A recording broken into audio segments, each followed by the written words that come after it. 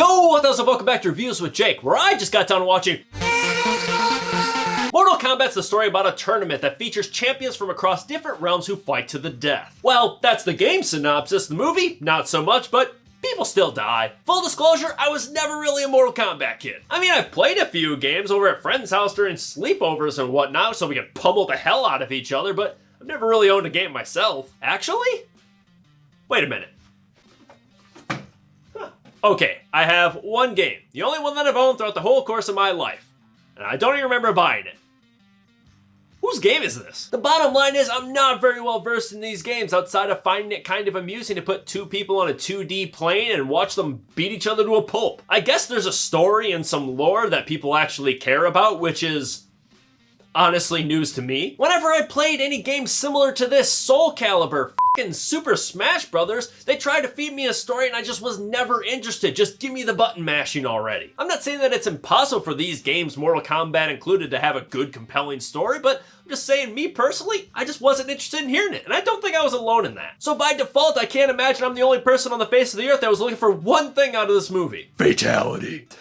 Just spit a little bit. And, well, I'm happy to report that the pros do start right there. When this film decides to bring it, it brings it hardcore with some great fight choreography. Well, yes, they did incorporate some rapid editing to liven up the action here, which was unnecessary, but honestly, they did it a lot less than I thought they were going to. It's definitely there, it just didn't really bother me that much on this one. I was actually just saying the other day that it's a bummer that kung fu movies are kind of a thing of the past. It is just such a loss in cinema, and while this is not kung fu by any stretch, it definitely has the aroma of it, and I enjoy it. You just simply cannot go wrong with some good old-fashioned hand-to-hand combat.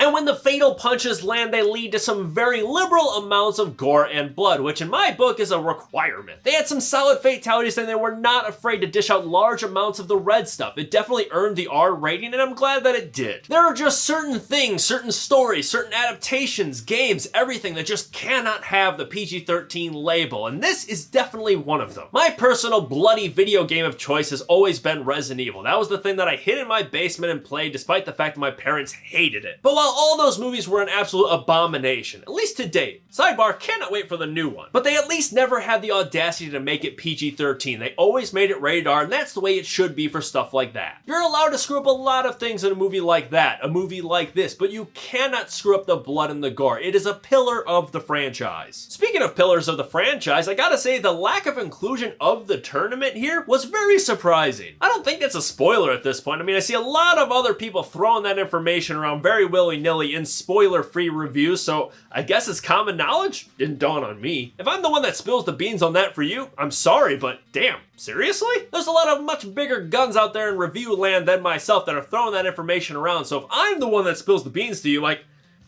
I'm the fat kid in gym class that gets picked last, so if I'm getting picked first, that's weird. But yeah, no tournament in this one. I think a lot of fans of the games are really pissed off about that, but for me, I found it a little refreshing. It was a delightful change of pace. I mean, they reference it repeatedly throughout the movie, and I keep sitting there waiting for it. I'm like, damn, they better get to the point. Like, this is taking a long time. And then eventually it dawned on me that it wasn't coming. I'm like, oh, okay. Respect. I think there are a lot of bad ways to subvert people's expectations of movies, and there are a lot of good ways, and I found this of the good variety. I'm not married to the original lore, so for me, I like to see the emotional backing of having them beat the hell out of each other for reasons outside of the fact that it's a tournament and they have to. Now, were those reasons actually good reasons? Well, unfortunately, not so much, and therein lies the cons. While yes, I was admittedly waiting for a tournament that never came, and I was okay with it in the end, the whole first half of the movie is boring as hell. This movie has some serious time management and pacing issues. I mean, the first half of the movie is just trying to build up this plot that just never stands on its own 2 feet. The writing is cheesy, there are plot holes all over the place, the dialogue is cringe and insanely forced and contrived at all times. The characterization, despite the fact that they spent a lot of time trying to build up the characters, I gave not a single damn about any of them. Don't get me wrong, they were cool, they were well designed, it was good to see these iconic people in video game culture on screen, but I did not care about them. I was not invested in their character at all. Except Kano. I found him very entertaining. He kept this movie afloat right next to Sub-Zero. But our main protagonist, Cole, who they made up and desperately wanted us to care about, meh. pass. Each other up already. Speaking of passes, I think that the CGI in the film could have used another look or two. Don't get me wrong, it didn't all look terrible. There were some aspects that looked good, but the other aspects, well, when it rained, it poured. The problems mostly circulated around the characters that were fully rendered CGI from head to toe. Big yikes. I've seen a few people praising it, thinking that it was actually good, and good for them, but for me, I've had better.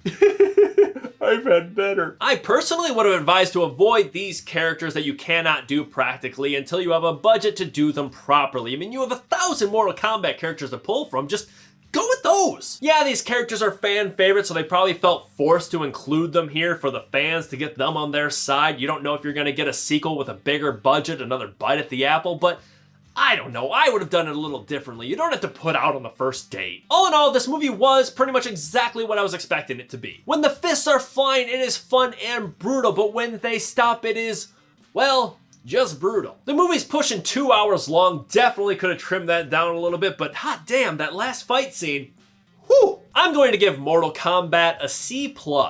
But that's just me. What do you guys think? Let me know if you agree or disagree in the comments below. And make sure to subscribe to this channel to stay up to date with new reviews coming real soon. Stay safe, thanks for checking in.